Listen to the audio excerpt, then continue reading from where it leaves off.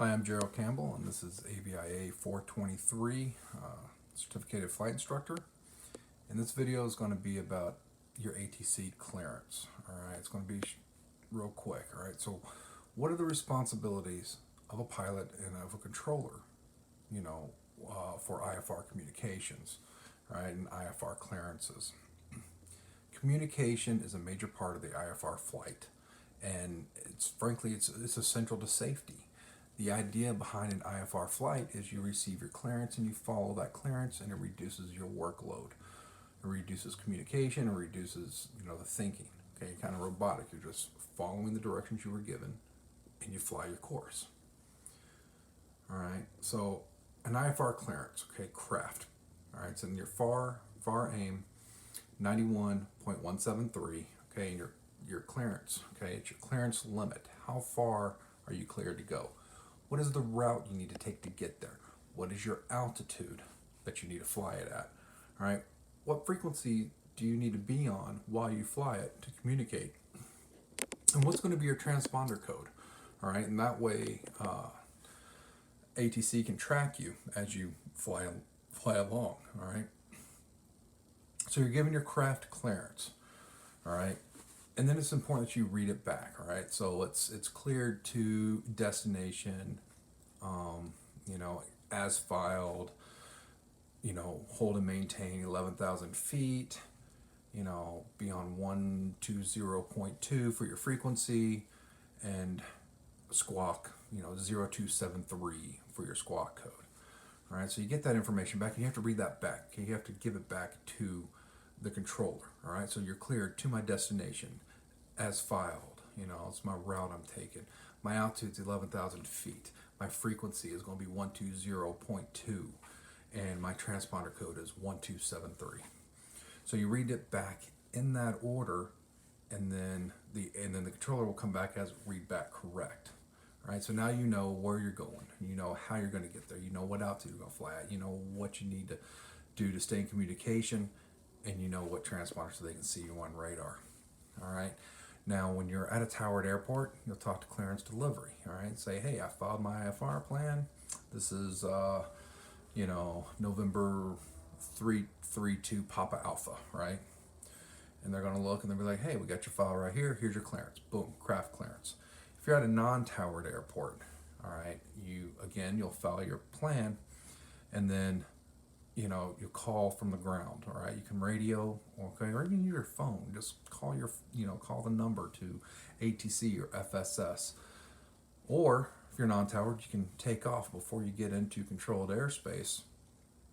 Give them a call on the radio. Call the nearest flight service station. All right, Prescott, Albuquerque, whatever. They'll say, hey, this is 332 Pop Alpha. Like my clearance for the IFR plan that I filed. They'll take a look at it and they'll give you your craft clearance. Right? This is where you're cleared to. This is how you're going to get there. This is the altitude you're going to be at.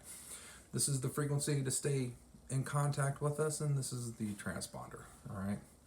And what's beautiful about that is it's going to take you through all the Bravos, all the Deltas. It's going to take you through all the airspaces that you have to fly through, and you're on a plan. They know you're coming, and they just say, hey, switch over, talk to Phoenix. Switch over and talk to San Diego. Whatever the case may be, you just keep switching frequencies. As you go along your route, you're talking to the people that need to be informed. Now, there's a thing called a void time. You have to get in and out, all right? They're gonna, if you call them and say, hey, like your clearance, all right, void time is this time. If you don't get off the ground by that time, your airspace that you're requested is no longer protected, and they cannot guarantee your safety, so you have to call them. And if you don't call them within 30 minutes, they call the cavalry and they come looking for you. Or they just call you on your phone and be like, yo, did you take off? All right, so your flight plan, your IFR clearance, it's your FAR 91.173. Got to know it, got to adhere to it. All right, you have to acknowledge receipt and understanding of the clearance. All right, you have to clarify as necessary. If you don't fully understand the instructions, you have to read back, all your instructions. Okay, you have to promptly comply with those instructions and those clearances as they're given. It is still, if you are in VFR conditions, even though you're flying an IFR flight plan, it is still you're responsible to see and avoid. Only if you're an IMC is it the responsibility of ATC? All right. And always keep in mind, you are the final authority of that aircraft, and that's in 91.3. Now, what does the controller do during all this? Well, they issue you the clearance. They give it to you. They make sure that you have your assigned altitude, you know, and they make sure that your altitudes that the altitudes that they are giving you meet IFR minimum altitudes. Okay, MEAs, MOCAs, MRAs, minimum crossing clearance, you know, altitudes, all that stuff. Right. So they're making sure that the altitudes they're giving you, in fact, comply with IFR required altitudes for the areas you're going into. All right, but you as the pilot have to know those and double check. All right, we're human, we all make mistakes. All right, their responsibility is to ensure that you know what your acknowledgement is. Okay, that you know your clearance and that you are reading the clearance back correctly, and that there's a good two-way communication between the two of you. And if they want to, they can throw in some departure procedures if you don't have one filed. Right, so ODP. Whatever it is, fly the Deer Valley 1, ODP towards PXR to get out of Dodge. And that is ATC IFR clearances and communication in a nutshell.